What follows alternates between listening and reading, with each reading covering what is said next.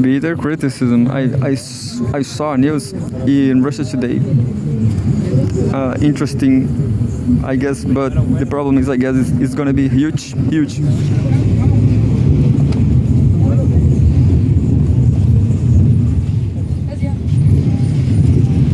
And says like this: August 6, 2024. Sun, wind, and nuclear. How India plans to sustain rapid growth while becoming greener. India aims for 500 gigawatts from renewables by 2030, adding 50 gigawatts annually, mostly solar and wind, boosted by the recent national budget.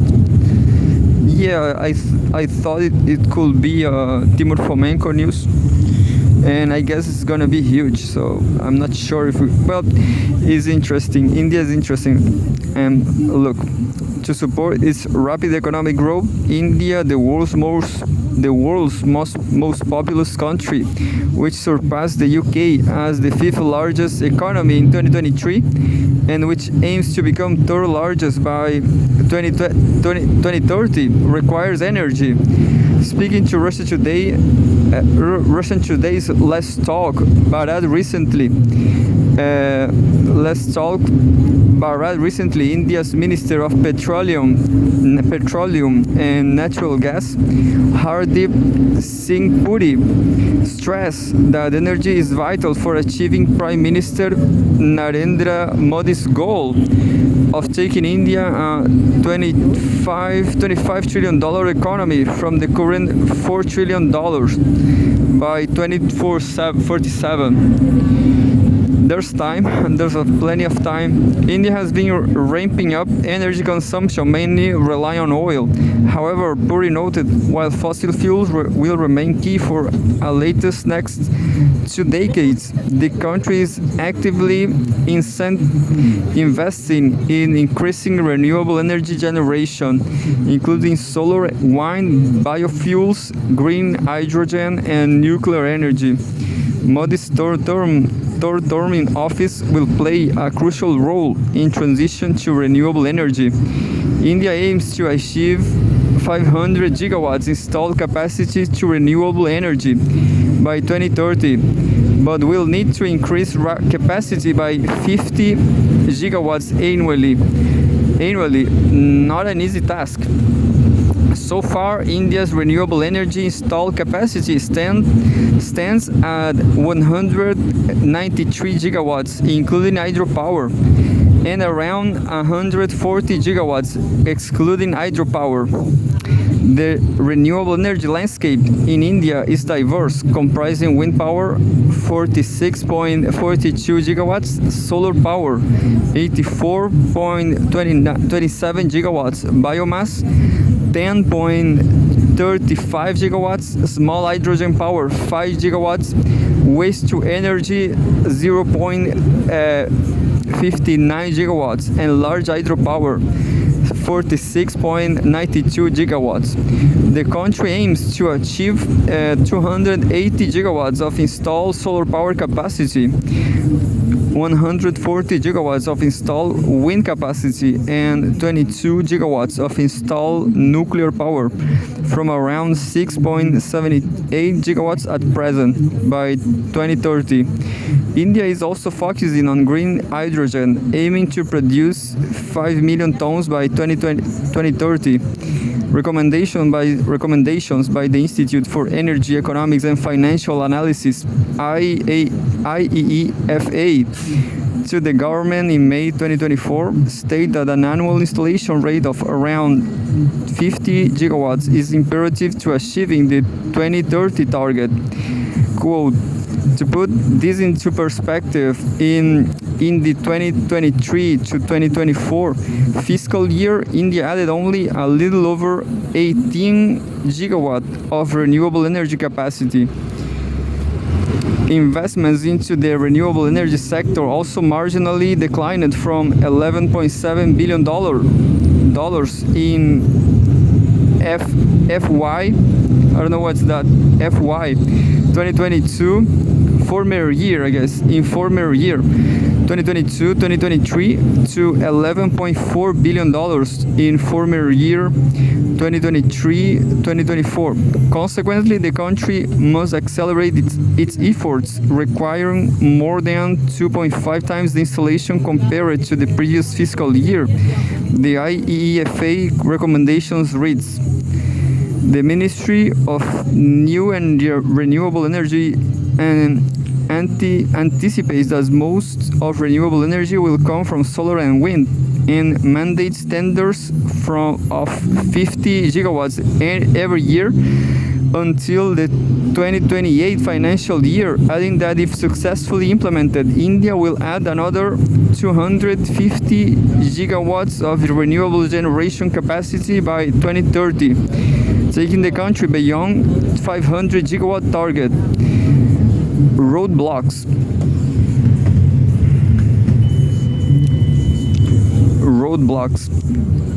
The country has a long way to go. There are several key challenges, including land acquisition, availability of transmission infrastructure, policy uncertainty, high cost of financing, and payment delays from electricity distribution companies, according to a report by the Center for Science and Environment.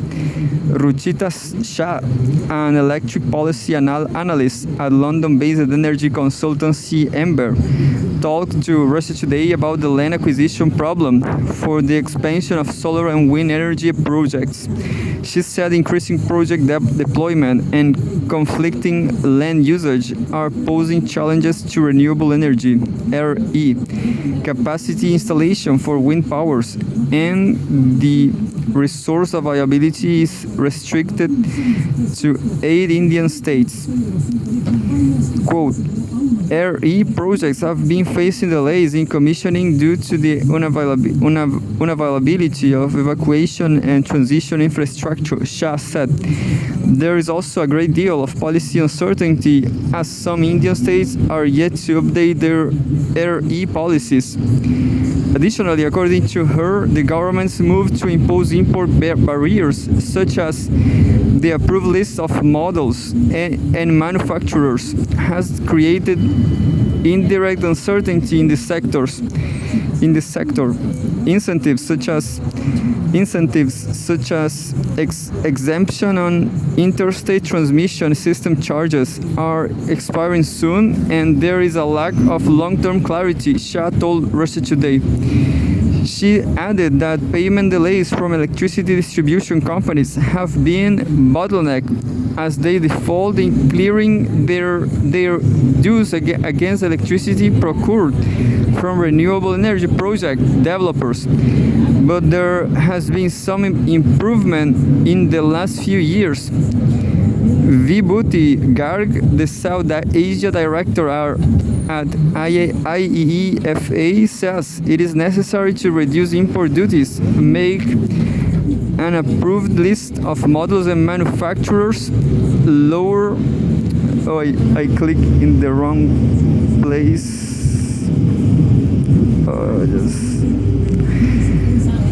Make an approved list of models and manufacturers, lower the goods and service tax, and develop a special tax credit mechanism to reduce the costs of renewable energy projects. Budget and green energy goals.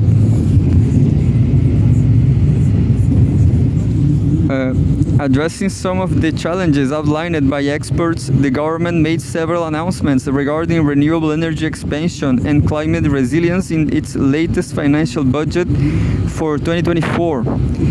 It includes providing free electricity for up to 300 units to 10 million households under the Prime Minister Surya Ghar Muft Bijli Yojana, a 62 billion rupee program, $740 million,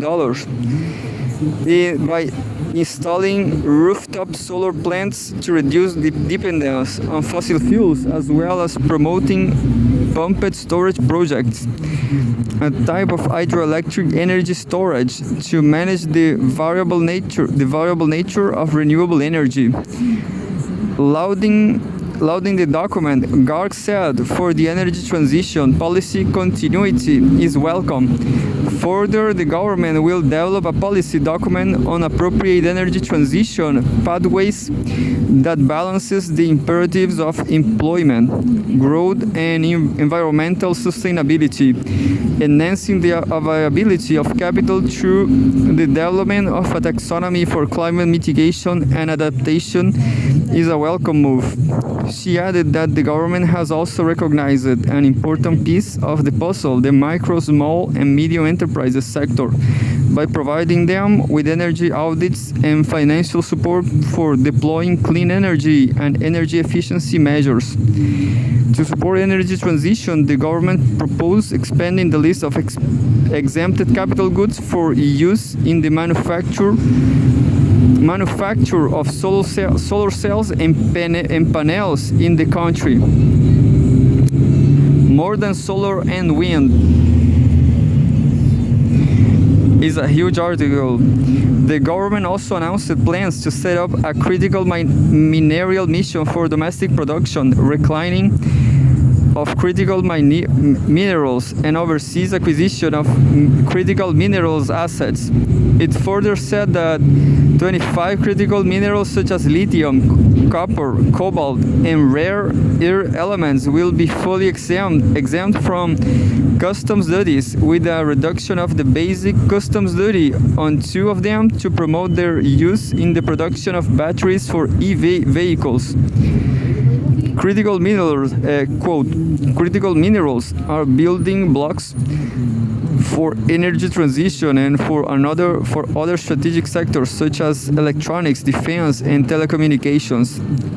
Rishabh Jain, the senior program lead at the Council on Energy, Environment and Water, CEW, said, according to him, the mission announcement will encourage private and government companies to develop capabilities in the critical minerals supply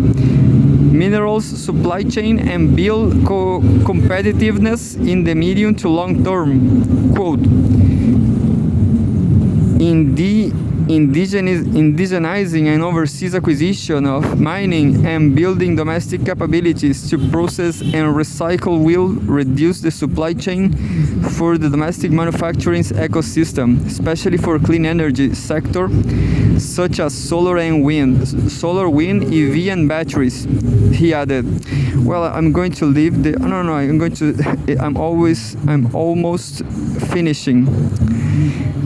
Underscoring the role of nuclear energy in the green transition, the budget also outlines plans to partner with the private sector in developing Bharat small reactors, compact nuclear project designed to generate electricity on a smaller scale compared to the traditional large nuclear power plants.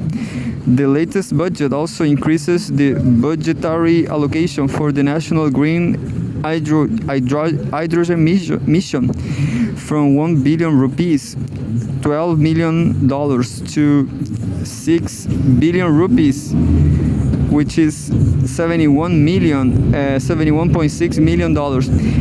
In order to make thermal power more efficient, it announced that an 800 MW commercial plant using advanced ultra supercritical technology will be set up under a joint venture between the National Thermal Power Corporation and Bharat Heavy Electricals Limited.